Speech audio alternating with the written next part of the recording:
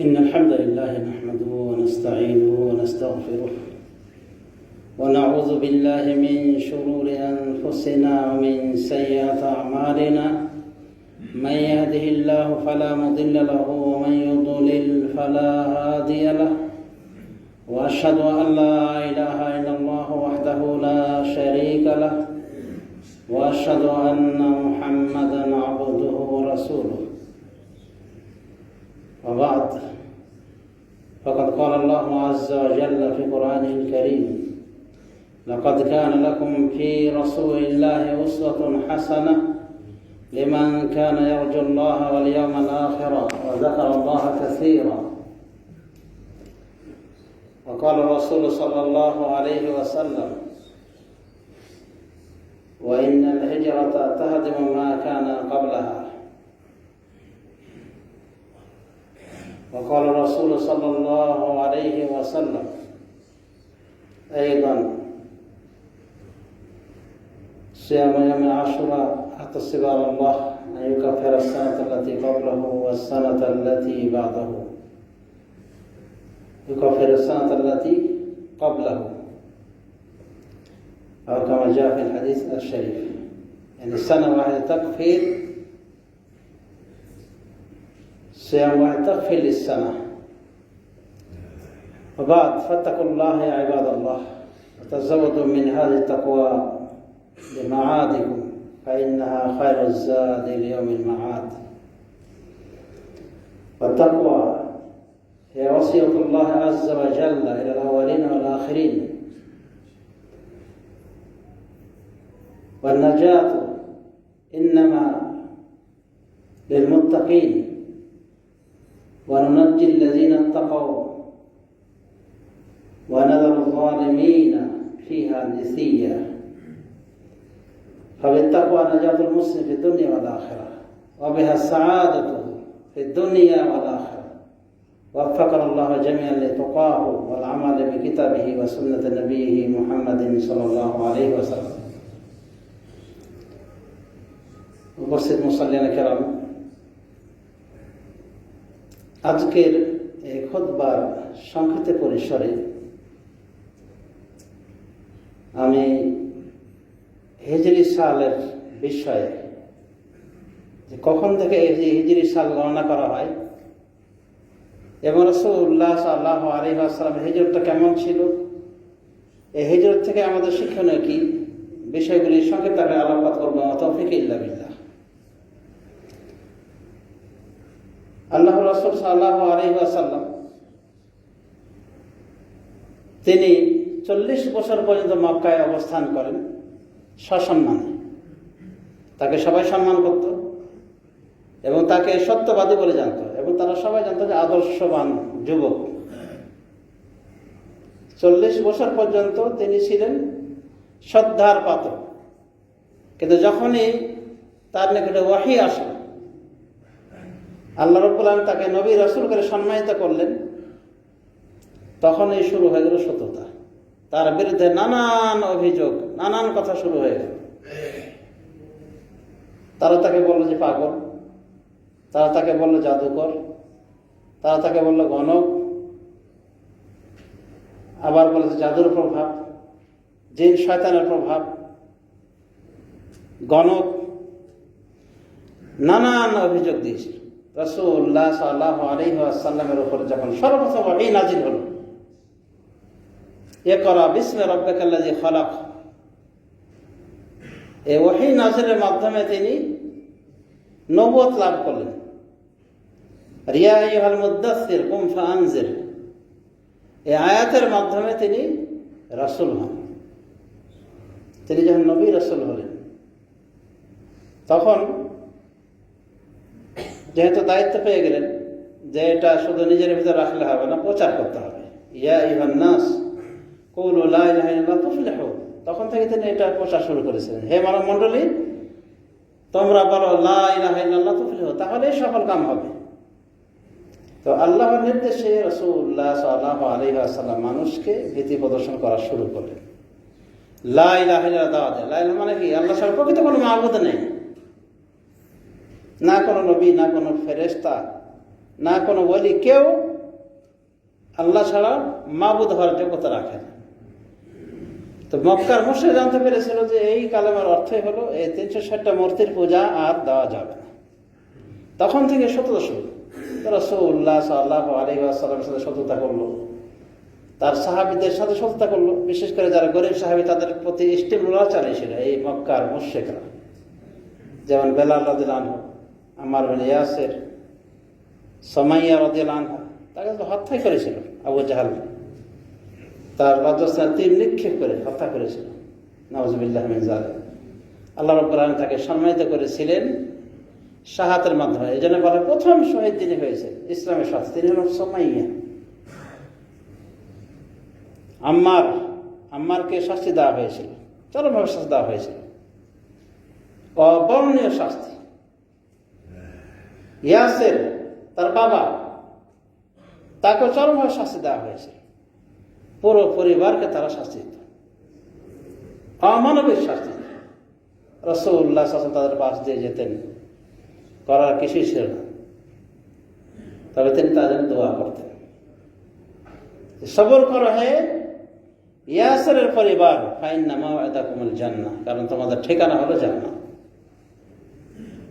তো যাকে শুধু রাসূলুল্লাহ সাল্লাল্লাহু আলাইহি ওয়াসাল্লামের প্রতি যেমন তারা জুলুম শুরু করলো, বিভিন্ন অপবাদ দেওয়া শুরু করলো, যে মানুষটাকে তারা ইসলামিক ব্যাংক হিসেবে গ্রহণ করেছিল, তার নিকটে সব আমানত রাখতেন। এতটাই উনি শ্রদ্ধাভাজন এবং আস্থাভাজন ছিলেন। কিন্তু যখন নবুয়ত নিয়ে আত্মপ্রকাশ করলেন, রাসূল হলেন, মানুষকে দাওয়াত দিতে শুরু করলেন, তখন শত্রু হয়ে গেল। রাসূলুল্লাহ সাল্লাল্লাহু আলাইহি ওয়াসাল্লামের সাথে যারা ঈমান আনত তাদেরকে তাদের শাস্তি দেওয়া ছিল দায়িত্ব। তো এভাবে কিন্তু ইসলাম থেমে থাকেনি, বরং ইসলাম আস্তে আস্তে বাড়তে থেকেছে। মদিনায় হিজরতের আগে একটা হিজরত হয়েছিল মুসলমানদের, এটা আমরা সবাই জানি যারা এই লাইনে পড়াশোনা করেছি বা ইতিহাস সম্পর্কে যাদের জ্ঞান আছে। এর আগে অবিসিনিয়া হিজরত হয়েছিল।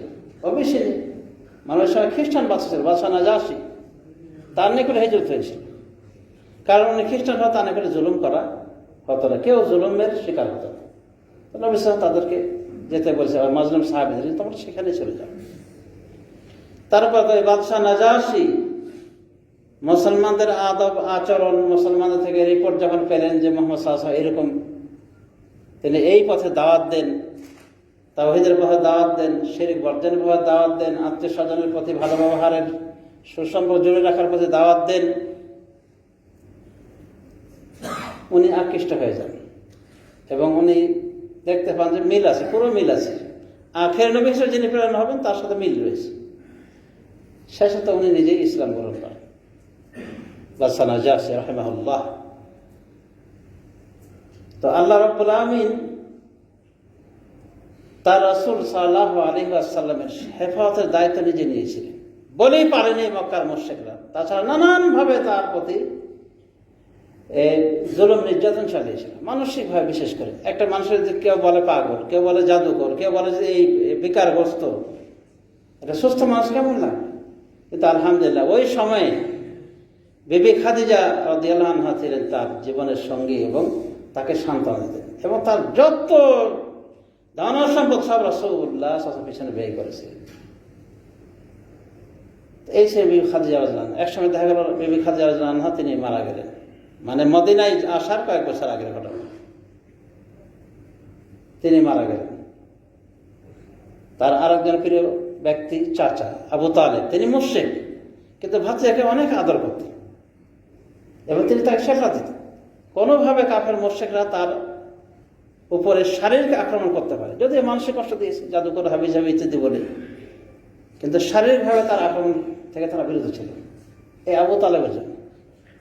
হাফিজ ইবনে কাসির বলছে যে আল্লাহরই হিকমত, আবু তালেব যদি ওই সময় মুসলমান হতো তাহলে আল্লাহ রাসূলকে মানে তাকে শেল্টার দেওয়ার মতো কেউ থাকতো না, মানে মানুষের ভিতরে।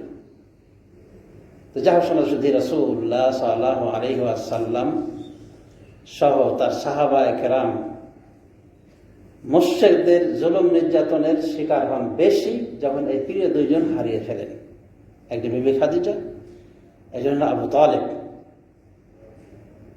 এই সময়ে উনি গিয়েছিলেন তায়েফের ময়দানে, তায়েফে গিয়েছিলেন।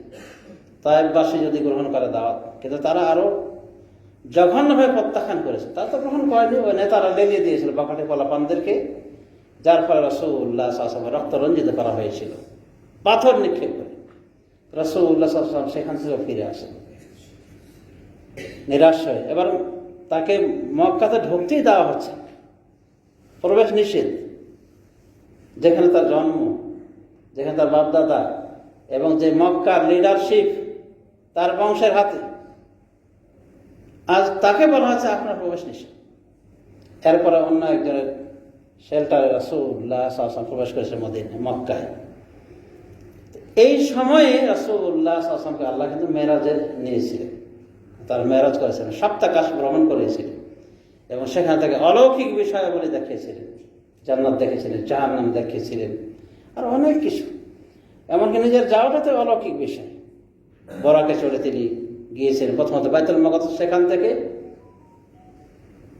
গিয়েছিলেন সপ্তাকাশে আল্লাহর অতি নিকটে। তো যাওয়ার সময় শুধু এর কিছু পরে মক্কার মুশরিকরা তারা যখন নির্যাতনের সকল সীমা ছাড়িয়ে দিয়েছে, আল্লাহ রাব্বুল আমিনের প্রিয় রাসূল সাল্লাল্লাহু আলাইহি ওয়াসাল্লামকে হত্যা করার সিদ্ধান্ত মতো নিয়েছিল, যাকে মেরে ফেলতে হবে। এই সময়ে আল্লাহ রাব্বুল আমিন তার রাসূল সাল্লাল্লাহু আলাইহি ওয়াসাল্লামকে হিজরতের নির্দেশ দেন, আপনি এখান থেকে চলে যান মদিনা। এই কথাটাই আল্লাহ রাব্বুল আমিন সূরা আনফালের ভিতরে বলেছেন, ওয়াইয ইয়ামকুরু বিকাল্লাযীনা কাফারু লিইসবিতুকা আও ইয়াকতুলুকা আও ইউখরিজুক ওয়া ইয়ামকুরুনা ওয়া ইয়ামকুরুল্লাহু ওয়াল্লাহু খায়রুল মাকিরিন। স্মরণ করুন ওই সময়ের কথা যখন চক্রান্ত করতেছিল কাফেররা। কিসের? লিইসবিতুকা, যে তারা আপনাকে কি করবে? বন্দী করবে, কারাগারে পাঠাবে, অথবা আপনাকে হত্যা করবে, অথবা আপনাকে দেশান্তর করবে। ওয়াম করো না, এভাবে তারা মক্কর করতেছিল, তারা ফোন দিয়ে আটতেছিল, চক্রান্ত করতেছিল। ওয়াম করো আল্লাহ, আর আল্লাহ কৌশল অবলম্বন করতেছিল। আল্লাহ খায়রুল মাকিরিন, আল্লাহ হলেন সব থেকে উত্তম কৌশলী। তো এই মিটিংটা কাফের মুশরিকরা করেছিল রুদ্ধদ্বারে, মানে তাদের পার্লামেন্ট একেবারে অত্যন্ত সিকিউরিটির সাথে হয়েছে রাসূলুল্লাহ সাল্লাল্লাহু আলাইহি ওয়াসাল্লামের ব্যাপারে। কিন্তু আল্লাহ রাব্বুল আমিন রাসূলুল্লাহ সাল্লাল্লাহু আলাইহি ওয়াসাল্লাম তাদের পরিকল্পনা সব বলে দিয়েছে। এই পরিকল্পনা করেছে, প্রথমত বলা হয়েছিল তাকে বন্দী করে দেওয়া হোক, জেলে পাঠানো হোক। তো তাদের বিরুদ্ধে কেউ বলেছিল, বলা হয় ইবলিস বলেছিল, এবং এই বুড়ো মুরব্বীর আকিতে এসেছিল। তো এগুলো ঐতিহাসিকভাবে বলা হয়ে থাকে।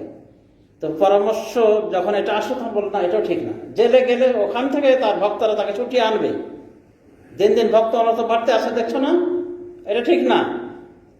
দ্বিতীয় সিদ্ধান্ত কি? তাকে দেশান্তর করে দেওয়া হোক, বাইরে পাঠিয়ে দেওয়া হয়, ঝামেলা খালাস, মানে তাদের দৃষ্টিকোণ থেকে। সেটাও ভেটে দেওয়া হয়েছে তাদের পক্ষ থেকে বা ইবলিস লাইনের পক্ষ থেকে, যে না, এটাও ঠিক না। কারণ বিদেশে গেলে দেখছো না তার কথার ভঙ্গি, বাচনিক মাধুর্যতা, সেখানে গিয়ে ভক্ত অনুরক্ত গড়ে উঠবে, একসময় তোমাদের বিরুদ্ধে যুদ্ধ করবে,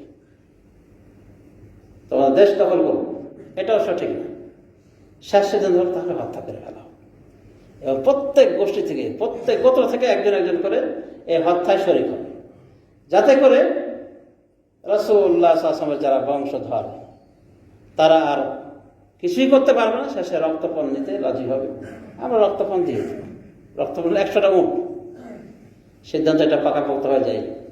এই সিদ্ধান্তের কথা কেউ না জানলো, তারা যদিও বলেছিল যে না, বলা যাবে না, এটা কথা ঠান্ডা মাথায় বাস্তবায়ন করতে হবে, কিন্তু রাসূলুল্লাহ সাল্লাল্লাহু আলাইহি ওয়াসাল্লাম আল্লাহ বলে দিয়েছিলেন, আল্লাহ বলে দিয়েছিলেন, এবং রাসূলুল্লাহ সাল্লাল্লাহু আলাইহি ওয়াসাল্লাম এই কারণেই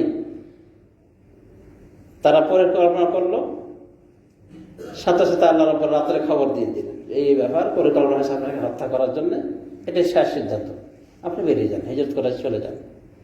উনি আবু বকর রাদিয়াল্লাহু আনহুকে সাথে নিয়ে হিজরতে বেরিয়েছিলেন, এবং তিনি ছিলেন তার সফর সঙ্গী। কিন্তু সরাসরি উনি সফরে না বেরিয়ে উনি কি গেছে, গারে সাওরে আশ্রয় নিয়েছে। গারে সাওরে স্থান করেছিলেন। এটা ছিল ব্যাক সাইড, মানে মদিনা যদি যেতে হয় এই সোজা রাস্তায়, উনি আরো পিছনে গিয়েছে কয়েক মাইল, যাতে মুশরিকরা তাকে খুঁজে না পায়। তো রাসূলুল্লাহ সাল্লাল্লাহু আলাইহি ওয়াসাল্লাম সাথে নিয়েছেন আবু বকর রাদিয়াল্লাহু আনহুকে, এবং আবু বকর রাদিয়াল্লাহু আনহু তার যত সম্পদ ছিল বলা হয় 5000 দিরহাম সাথে নিয়েছিলেন রাসূলুল্লাহ সাল্লাল্লাহু আলাইহি ওয়াসাল্লামের সফর সঙ্গী হওয়ার জন্য। এবং সাথে ছিলেন আব্দুল উরাইকাত, মুশরিক ছিল, কিন্তু মুশরিক হলো সৎ। এদিকে যারা রাতের বেলায় হত্যা করার জন্য এসেছে রাসূলুল্লাহ সাল্লাল্লাহু আলাইহি ওয়াসাল্লামের বাড়ির বাইরে রয়েছে, মানে রাত বেশি গভীর হবে, তাদের পরিকল্পনা বাস্তবায়ন করে রাসূলুল্লাহ সাল্লাল্লাহু আলাইহি ওয়াসাল্লাম তাদের চোখে ধোলা দিয়ে বের হয়ে যান, প্রকাশ্যে বের হয়ে যান, অপেক্ষমান থাকে।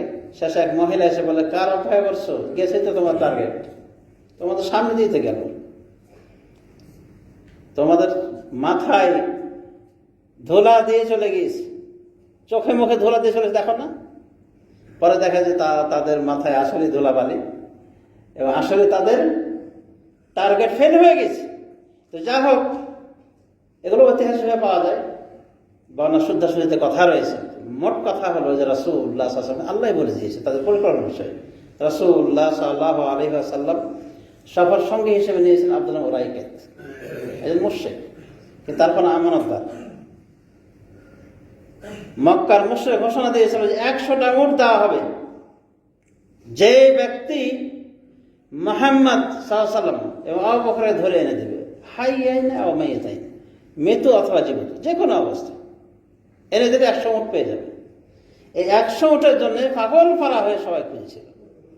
এমনকি মক্কার মুশরিকরা রাসূলুল্লাহ সাল্লাল্লাহু আলাইহি ওয়াসাল্লাম তালাশ করতে এসে একেবারে গারে সাওয়ারের সেখানে চলে এসেছিল, যেখানে রাসূলুল্লাহ সাল্লাল্লাহু আলাইহি ওয়াসাল্লাম এবং আবু বকর রাদিয়াল্লাহু আনহু আশ্রয় নিয়েছিলেন।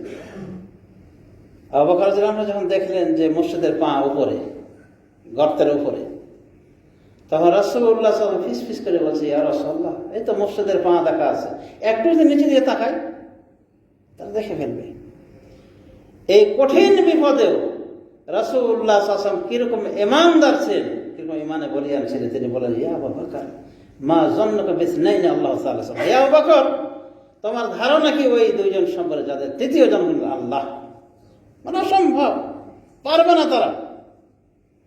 তো বলা হয় তাদের চোখে আল্লাহ পর্দা দিয়েছে। আবার কেউ বলে যে মাকড়সার জাল বুনেছিল, কবুতর ডিম পেড়েছিল, যার ফলে তারা বুঝেছিল এটা পুরাতন করতে, এখানে লোক থাকার কথা নয়।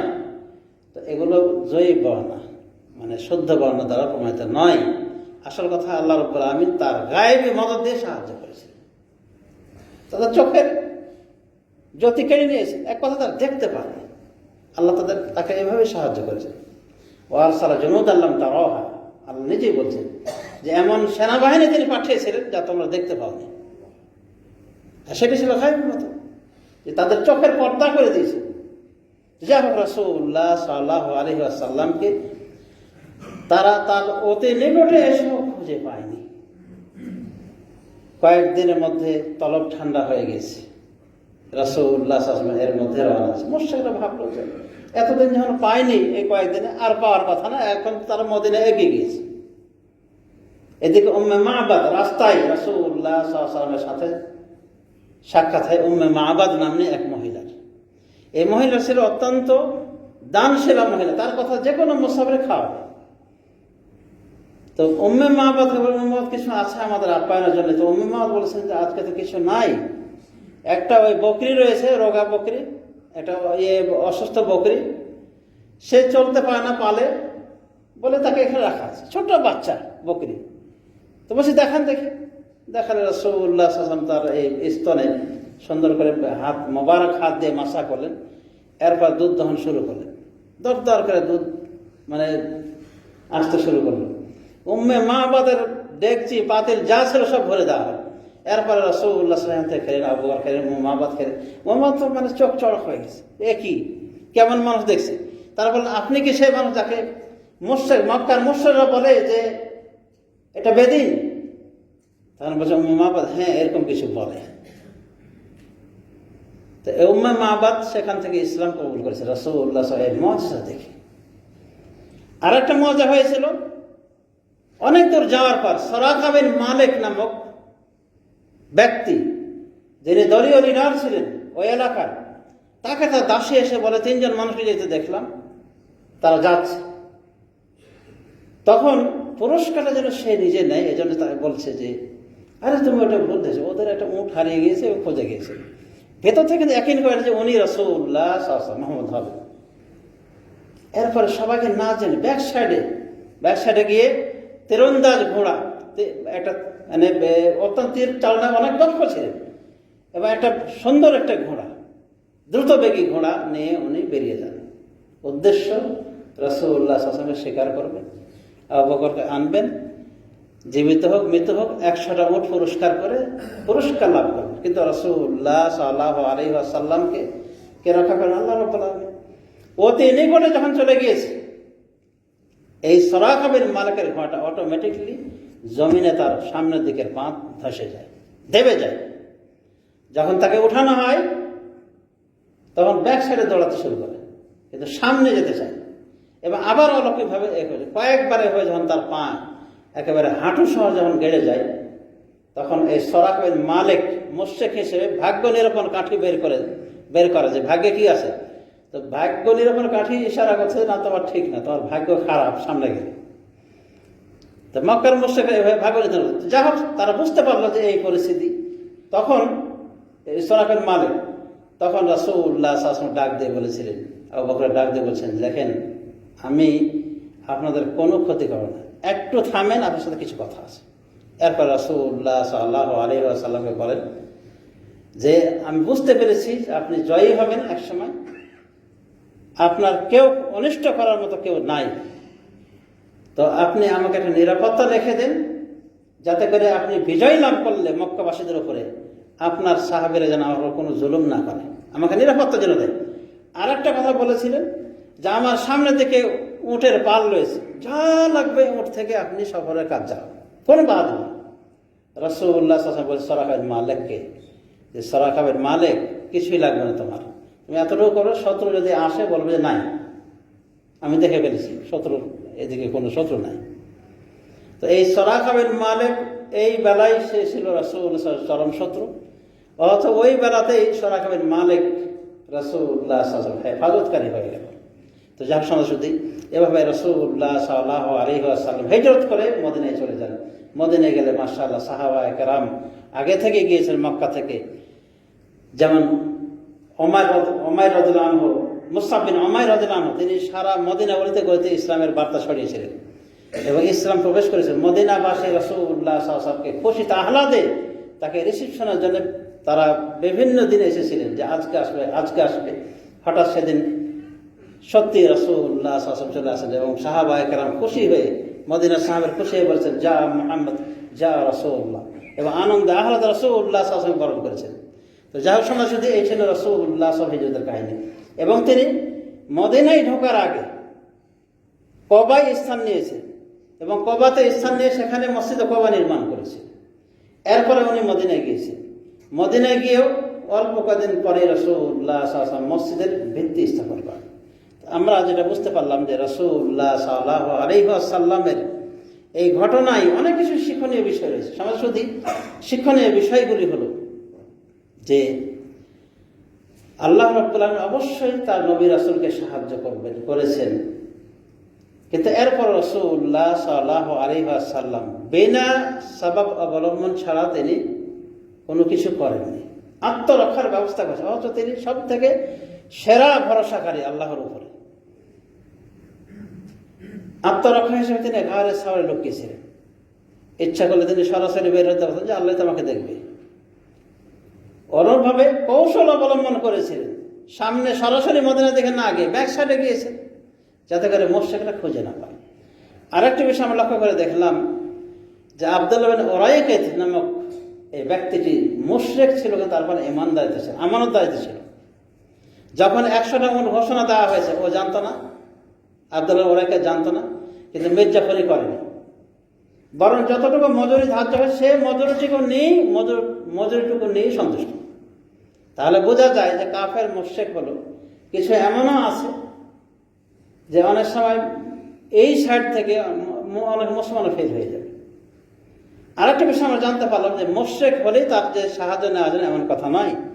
রাসূলুল্লাহ সাল্লাল্লাহু আলাইহি ওয়াসাল্লাম মুশরিকের সাহায্য নিয়েছে, মুশরিকের সাহায্য নিয়েছে যদি সে কর্মদক্ষ হয় আর আমানতদার হয়।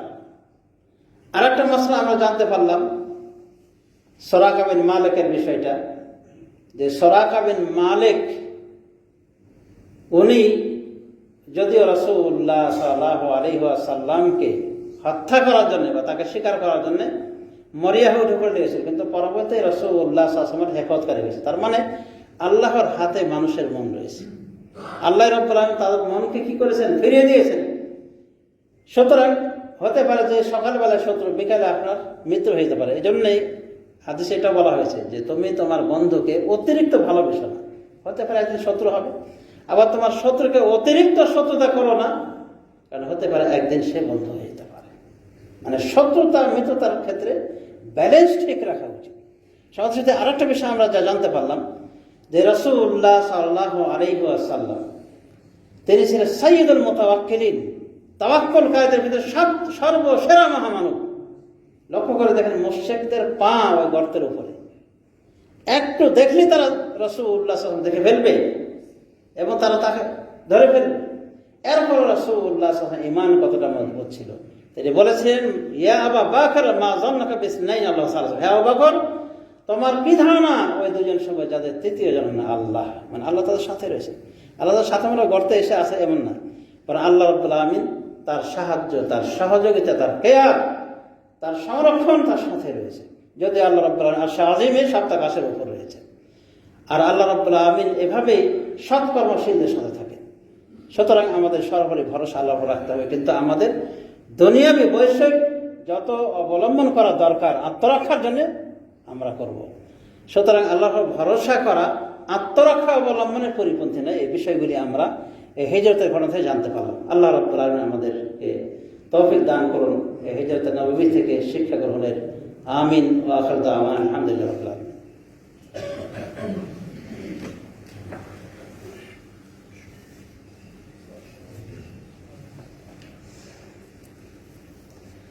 আলহামদুলিল্লাহ রাব্বিল আলামিন ওয়াসসালাতু ওয়াসসালামু আলা নবিয়িনা মুহাম্মদ ওয়া আলা আলিহি ওয়া সাহবিহি আজমাইন ওয়া তাবিঈন লাহুম বিইহসান ইলা ইয়াউমিদ্দিন। ওয়া বাদ। সরাসরি হাদিসে এসেছে, ইতিহাসে এসেছে যে আবু জাহাল সুরাকা বিন মালিককে বলেছিলেন, সুরাকা তুমি এত সুযোগ পেয়েও মুহাম্মদকে ধরনি, আবু বকরকে ধরনি, 100 উঠ পেতে। তখন উনি বলেছে একটা কবিতা, বলছে কবিতার রেকর্ড রয়েছে, আবাল হাকাম ওয়াল্লাহি লাউ কুনতা শাহিদান লিআমরি জাওয়াদ হিনা সাখাত কায়মু লাআলিমতা বিয়াকিনিন বিআন্না মুহাম্মাদান রাসূলুন বিবুরহানিন ফামান যা ইউকাবিল। আবুল হাকাম মানে আবু জাহলের উপাধি ছিল।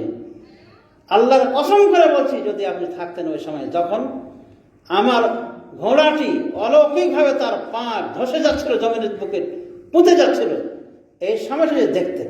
এবং বুখারী শরীফে হাদিসে রয়েছে যখন পুঁতে গিয়েছিল ধোঁয়া ছড়িয়েছিল, ওই সময় অলৌকিক ধোঁয়া, মানে ধোঁয়া নাই কিছু নাই, মরুভূমি ধোঁয়া আসে নাকি, কিন্তু কালো হয়েছে, আধার হয়ে গেছে, অন্ধকার হয়েছে, ধোঁয়া উঠে। তাকে ওটা লক্ষ্য করে বলছেন যে যদি আপনি দেখতেন ওই অবস্থাটা তাহলে ইয়াকিনের সাথে বলতে পারতেন, জানতে পারতেন যে উনি আসলে রাসূল দলিল সহকারে। সুতরাং কে আছে তার মোকাবেলা করার জন্য? সরাসরি আল্লাহ যাকে সাহায্য করেন তাকে কেউ অপমান অপদস্থ করার নেই। এটাও আমরা হিজরত থেকে বুঝতে পারলাম। আরও বুঝতে পারলাম যে ইসলামের জন্য কত ত্যাগ তিতিক্ষা করেছে। সুতরাং আমরা তার উম্মত হয়ে আমাদেরও ত্যাগ তিতিক্ষা করা যায় ইসলামের জন্য। কিন্তু আর ইসলামের পক্ষে কাজ করবে কি? এক সেই নাস্তিক ইসলামের বিরুদ্ধে লেগে গেছে, মুসলিম লেবাসধারী রাসূলুল্লাহ সাল্লাল্লাহু আলাইহি ওয়াসাল্লামের বিরুদ্ধে চাল করে, ইসলামের বিরুদ্ধে কথা বলে, মুসলমানদের বিরুদ্ধে কথা বলে। এগুলো দুঃখজনক বিষয়। সমাজ শুধু এই ইসলামটা রাসূলুল্লাহ সাল্লাল্লাহু আলাইহি ওয়াসাল্লাম আমাদের জন্য রেখে গেছেন অনেক ত্যাগ তিতিক্ষা করে। সুতরাং আমাদেরকে ইসলামের পথে থাকা উচিত এবং ইসলামের খেদমত করা উচিত। আল্লাহ রাব্বুল আলামিন আমাদেরকে তৌফিক দান করুন। আল্লাহুম্মা আ'ইজ্জিল ইসলাম মুসলিমিন ওয়া আযিল্লা শিরকাল মুশরিকিন। রব্বানা আতিনা হুসনান তাকওয়াহা ওয়া যাক্কিহা আনতা খায়রু মান যাক্কাহা আনতা ওয়ালিয়্যুহা মাওলাহা। রব্বানা আতিনা ফিদ দুনিয়া হাসানাহ ওয়া ফিল আখিরাতি হাসানাহ ওয়া কিনা আযাবান নার। আল্লাহুম্মা ইগফির লিজামিল মুমিনিনা ওয়াল মুমিনাত ওয়াল মুসলিমিনা ওয়াল মুসলিমাত মিনহুল আহইয়া ওয়াল আমওয়াত ইন্নাকা সামিউন কারীবুন মুজিবুদ দাওয়াত برحمتك يا ارحم الراحمين وصلى الله على نبينا محمد وعلى اله وصحبه اجمعين.